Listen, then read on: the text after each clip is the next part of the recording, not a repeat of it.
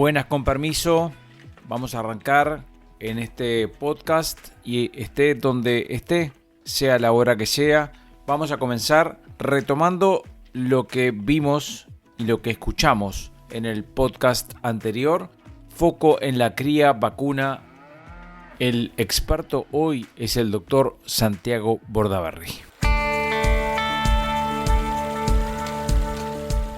INEA Podcast es comunicación efectiva que conecta con los objetivos permanentes de investigación, desarrollo e innovación productiva.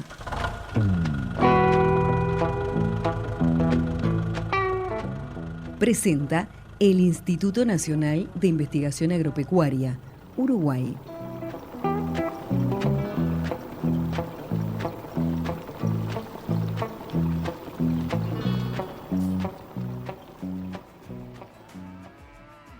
Soy Santiago Bordaberry, soy un médico veterinario, vivo y trabajo en el centro del país y soy integrante del taller de diagnóstico de gestación desde la primera vez hace 20 años. Uno podría decir que 20 años no es nada, pero cierto es que se aprendió mucho en este tiempo y aquí va un resumen, un destaque de lo más importante.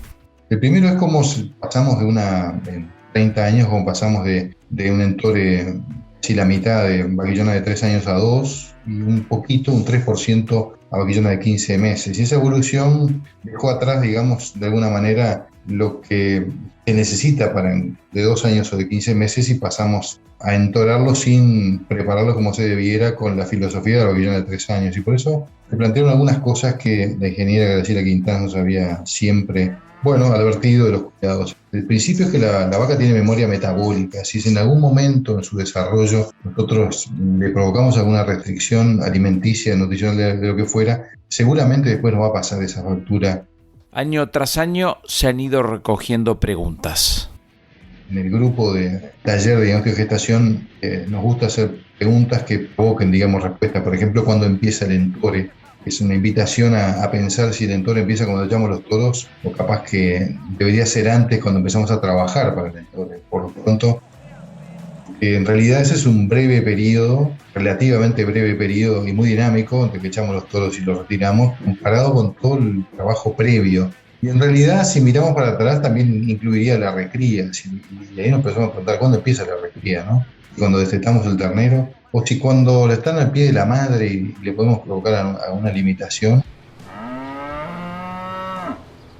Y después hacíamos una pregunta también que nos invitaba a reflexionar sobre cuándo termina la recría. Porque de alguna manera, capaz que terminamos cuando la vaca se preña, la vaquillona se preña. En realidad lo relacionamos, como vimos al final, al biotipo y cómo las diferencias que hay entre lo que nosotros le ofrecemos en las primeras etapas de la vida de la vaca, como vientre, preñada o criando, respecto a su biotipo y su llamado de crecimiento de esas vacas con respecto a otros biotipos un poco más pastoriles, que es un tema muy interesante y polémico también, por supuesto, ¿no?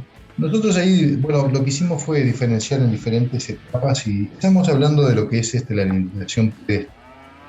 Porque nosotros tenemos siempre la percepción de que nuestras terneras siempre son las mejores, las más gordas, las más grandes, probablemente las hijas de las vacas food, las más viejas, mejores lecheras, mejores madres, van a ser siempre nuestras mejores vaquillonas y nuestras mejores madres. Y ahí es donde nosotros insistimos sobre ese trabajo en el cual se demostró que las diferencias en la alimentación pedestre, o sea, la madre, son muy importantes para el inicio de la pubertad.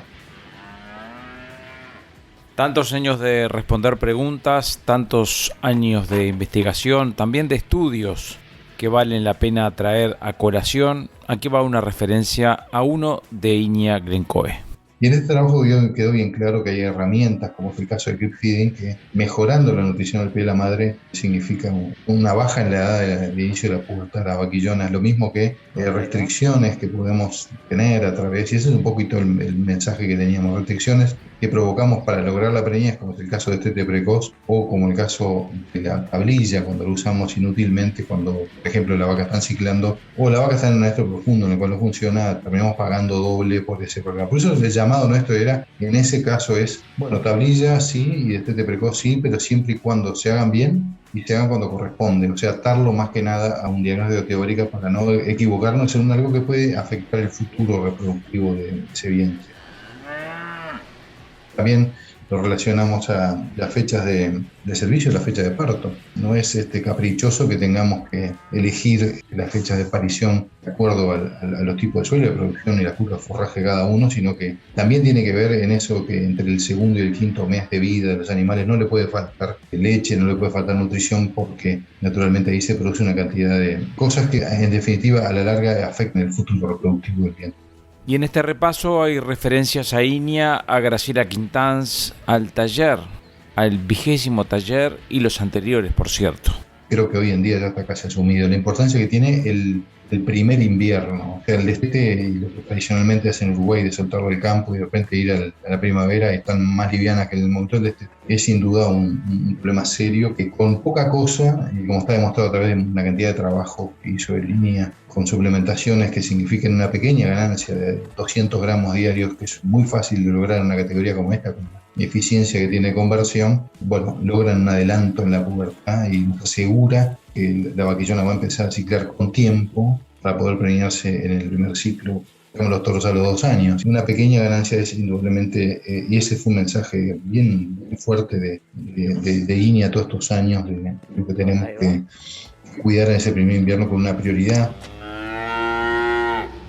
Y eso tiene importancia, ¿por qué? Porque si nos metemos en el segundo invierno, previo al entore, la otra etapa importante, como está demostrado hace mucho tiempo, el primer celo post esa, digamos, la pubertad de la vaquillona no es muy fértil, el segundo un poco más y recién el tercero, por eso la importancia que esa vaquillona llegue ciclando con tiempo. Esas vaquillonas que empiezan a ciclar en el otoño previo al entore son las que se preñan enseguida, pero esa necesidad además de que se preñen temprano, porque ahí entramos en la necesidad que la vaquillona no solamente se tiene que preñar, sino que tiene que tener calidad de preñez. El mensaje aquí es, no son los kilos con que llegan al entore, sino cómo se los pongo.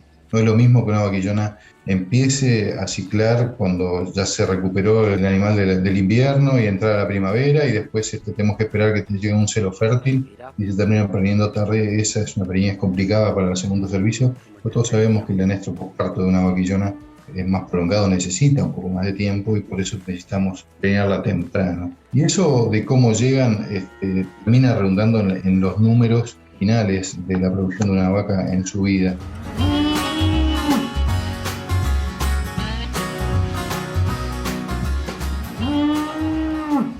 De preñez es un término que en el taller lo usamos muchísimo todos estos años, ¿no? Por esa relación, esa realidad del tiempo que tenemos para preñar la vaca después que pare, para poder lograr un ternero por año por vaca, que es el objetivo de todos. Lo relacionamos también con las dificultades del parto, por los dos factores más importantes que hay en el parto, uno de origen fetal, que es el peso al nacer, que tiene su componente genético, pero también tiene un componente nutricional, y eso quedó demostrado acá en Uruguay. La vaca que pare más tarde tiene un peso más alto de los terneros, porque la recuperación de la primavera hace que los terneros crezcan demasiado, por eso tiene que parir temprano. Y el segundo efecto es el tema del área pélvica. Lo relacionamos a, un animal bien recriado necesita un área pélvica, le va a producir un área pélvica suficiente como para que pueda atravesar el ternero en la fase expulsiva del parto.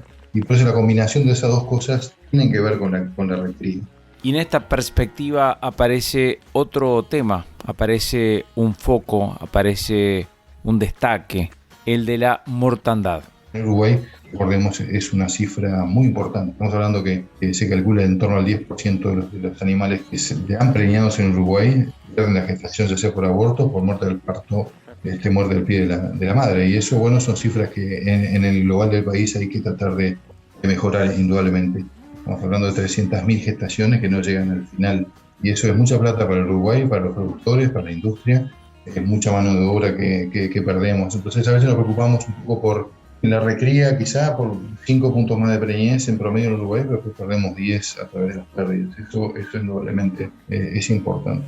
Con mucho foco en la investigación también han ido apareciendo los cambios, las realidades en estos 20 años. Hicimos una investigación de cómo aumentaron las vacas de peso en Uruguay por aumentar el tamaño. Los biotipos han crecido y en 25 años subió como 70 kilos, de tal manera que una vaca en 1995, ya con 260 o 270 kilos de vaquillona, se podía decir que estaba en la pubertad, y hoy en día tenemos que poner el pilón de la balanza como en 330 kilos.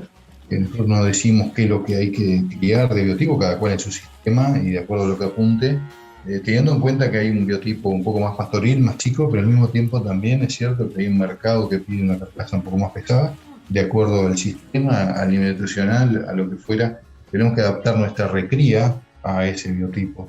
Y en esta mirada del doctor Santiago Bordaberry aparece la pregunta de cómo es que se imagina hacia adelante los efectos, los desafíos que la cría tiene. Desde el punto de vista técnico, parece que eso tenemos que encarar en un momento en el entorno de los 15 meses. Yo sé que es muy difícil. Nosotros lo planteamos porque creemos que es un camino inevitable, porque sabemos que está lejos y que muy poca gente lo adopta. Algunos lo adoptan y lo dejan y otros vuelven a probar. Pero en el mundo ganadero de avanzada, el toro de 15 meses. Es decir, lo que tenemos por hectárea, más el valor del ternero, tienen que obligarnos a pensar, aunque sea, tenemos que agregarle una generación más de vientres, dándonos un ternero a todo el país, y eso es mucho. Más preñez más temprana, como los 15 meses, y menores pérdidas, es la manera de encarar todo esto.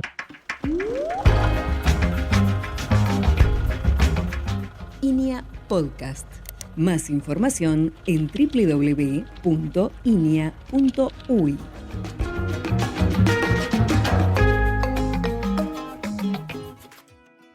Este podcast, como todos, tiene seguramente la necesidad y la posibilidad de parar uno, tomar nota, ir para atrás, ir para adelante, pero sobre todo lo más importante es compartirlo con la gente que de repente sirve este aporte como el que acabamos de escuchar. Recuerden que pueden escribir un mail a inea@inea.org.uy, también escuchar y compartir otros aportes en el canal YouTube de INEA y compartir también este material, este podcast que está en las principales agregadoras. Será hasta la próxima.